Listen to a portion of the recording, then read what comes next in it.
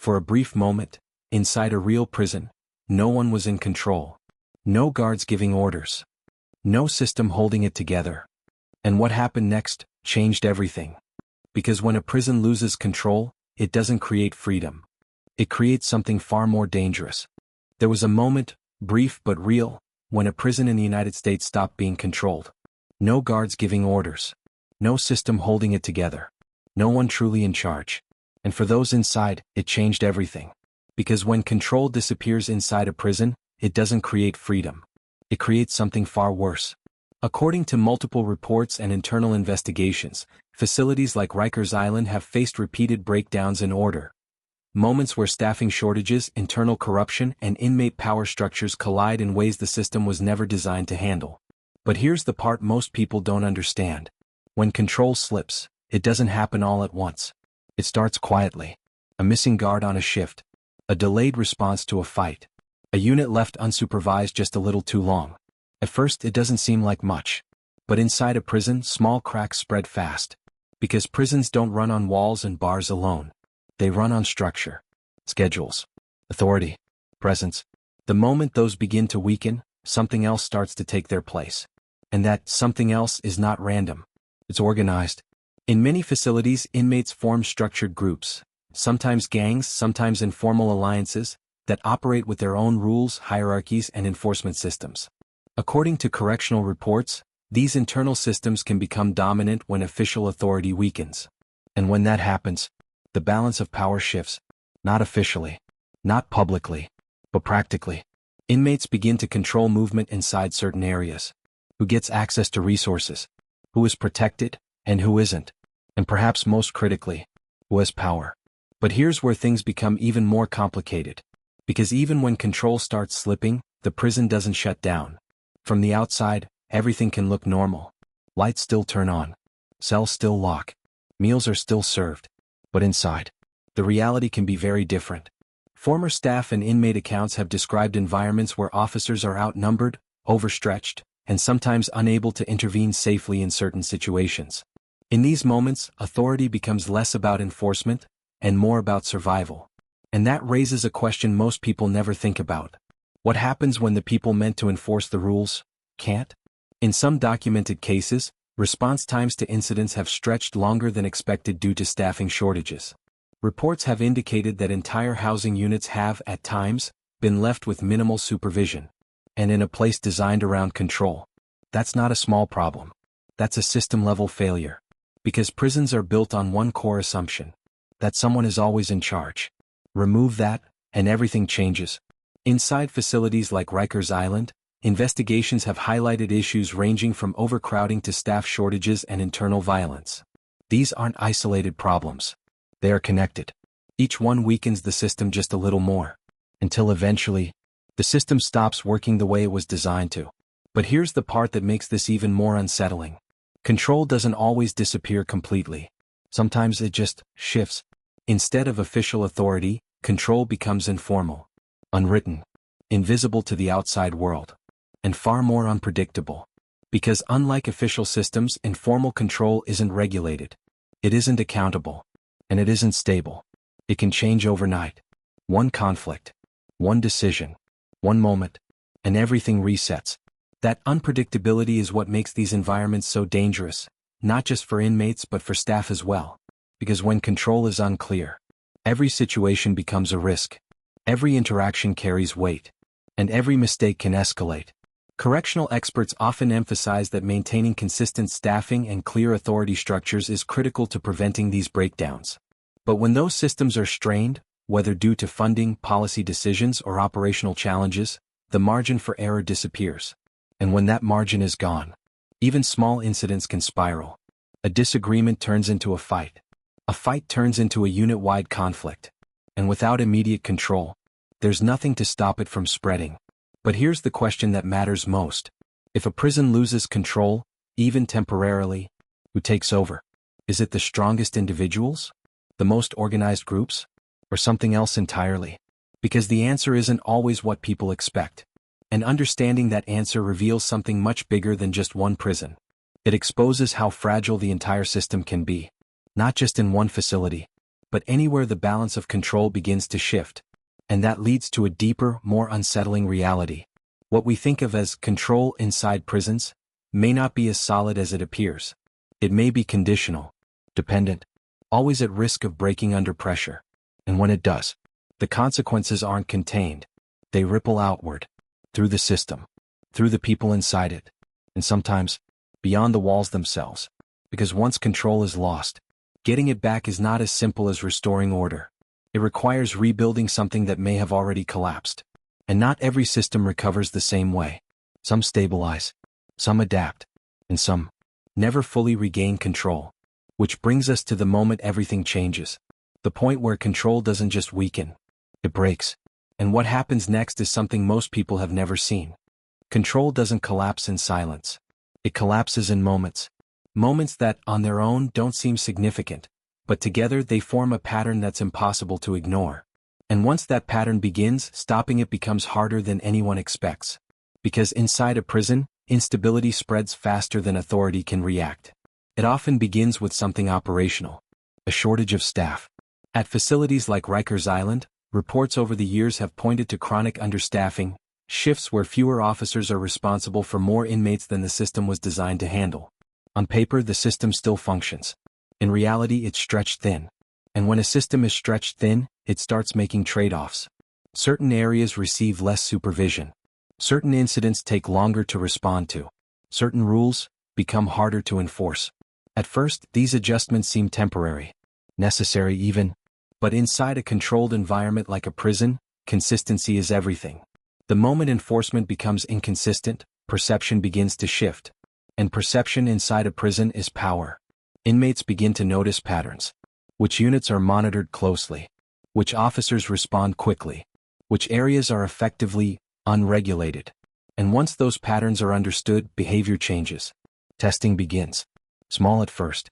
A rule ignored. An order delayed. A boundary pushed just enough to see what happens. If nothing happens, the boundary moves further. This isn't random. It's calculated. Because inside prison environments, people adapt quickly to the system they're in. And when the system weakens, adaptation accelerates. According to correctional analyses, environments with inconsistent enforcement often see increases in organized inmate activity, not because chaos is preferred, but because structure is still needed.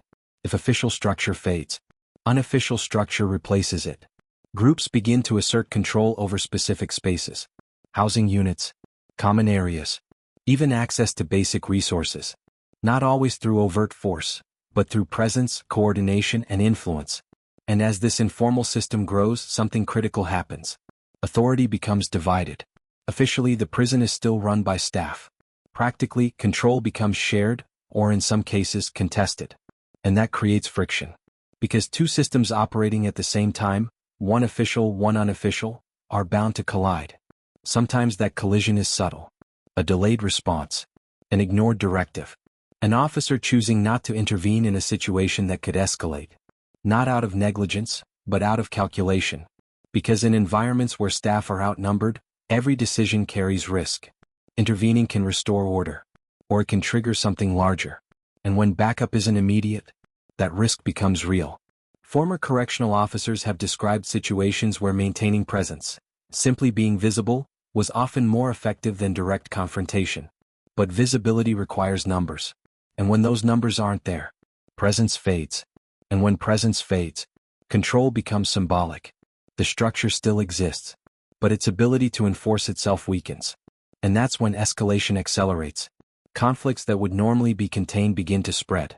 A disagreement between individuals draws in others. Groups become involved. Lines are drawn. And without immediate authority to separate and de-escalate, situations evolve. Not instantly but steadily, until they reach a point where intervention is no longer simple. At that stage, restoring control isn't about stopping one incident. It's about managing an environment that has already shifted. And that's significantly harder. Because once informal systems are established, they don't disappear easily. They become embedded, normalized, expected. Inmates entering that environment don't just encounter a prison system. They encounter an existing structure within it. And adapting to that structure becomes part of survival. But here's where things become even more unstable. Informal systems are not fixed. They depend on individuals, relationships, situational advantages, which means they can change rapidly. One conflict between groups can shift control from one side to another. One removal of a key individual, through transfer or disciplinary action, can destabilize an entire unit. And unlike official systems, there's no protocol to manage those transitions. No procedure. No oversight. Just reaction.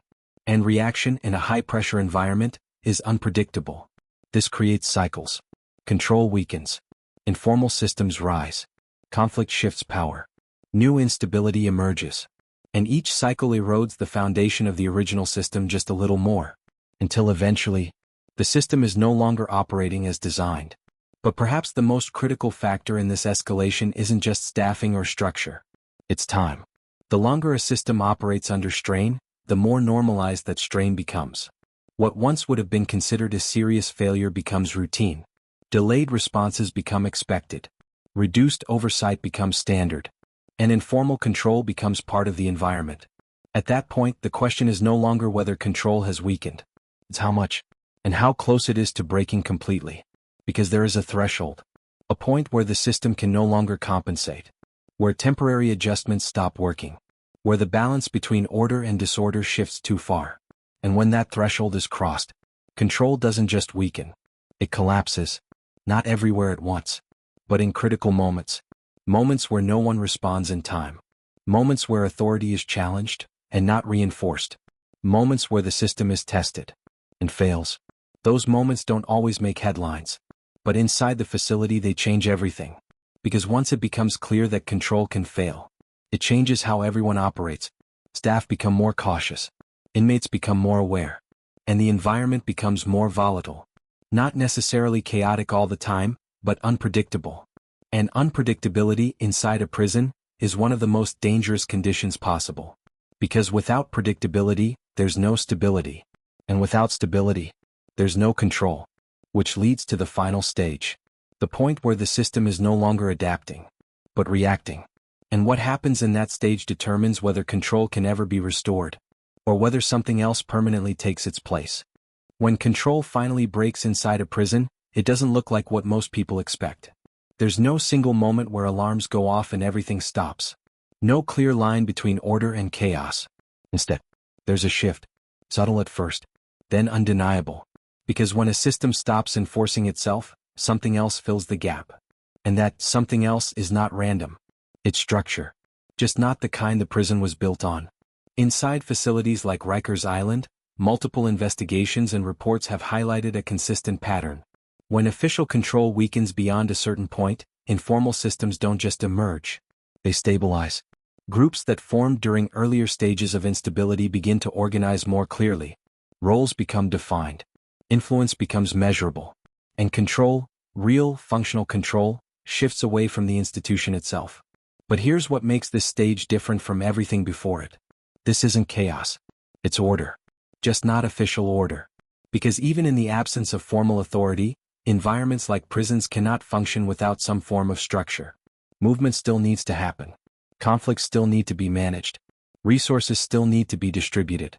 If the official system can't handle those functions, another system will. And in many cases it does. According to correctional analyses and documented accounts, these informal systems often operate with their own rules. Rules that can be strict, enforced, and widely understood within the population.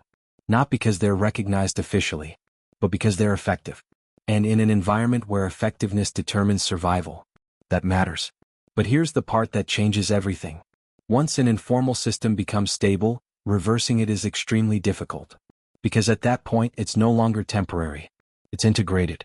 Staff may still control the infrastructure, the schedules, the physical environment.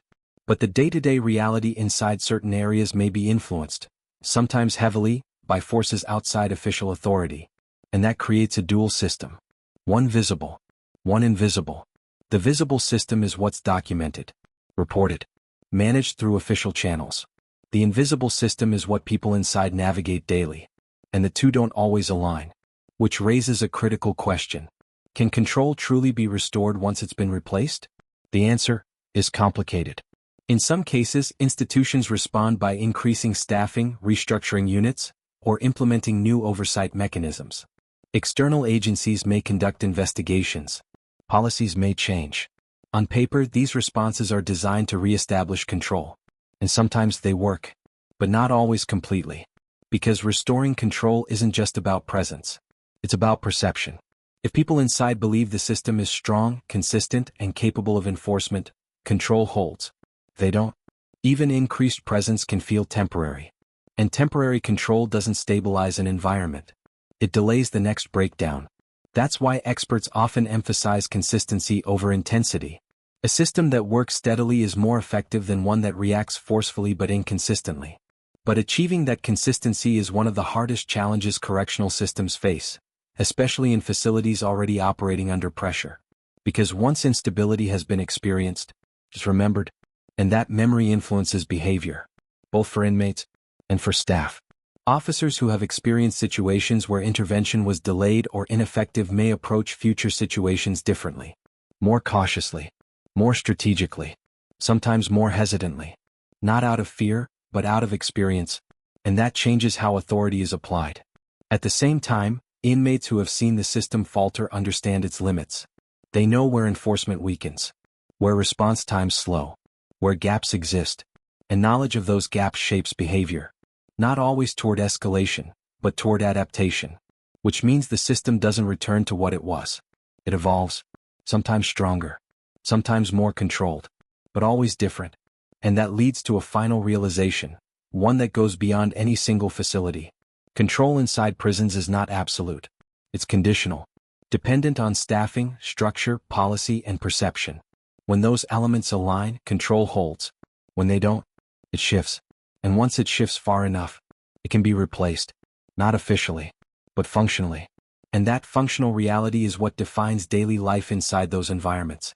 Because at the end of the day, control isn't just about who has authority on paper. It's about who can enforce it in practice. And when those two things no longer match, the system changes, sometimes gradually, sometimes suddenly, but always significantly. So when we ask, what happens when a prison loses control? The answer isn't just chaos. It's transformation. A transformation from a system built on formal authority to one that operates on whatever structure can survive under pressure. And understanding that transformation matters, because it reveals something deeper about institutions as a whole. Not just prisons, but any system designed to maintain order under constraint. They don't fail all at once. They weaken. They adapt. They compensate. Until eventually, they either stabilize, or something else takes their place. And in places like Rikers Island, that balance has been tested more than once. Which raises a final question. If control can be lost and replaced, what does it take to truly keep it?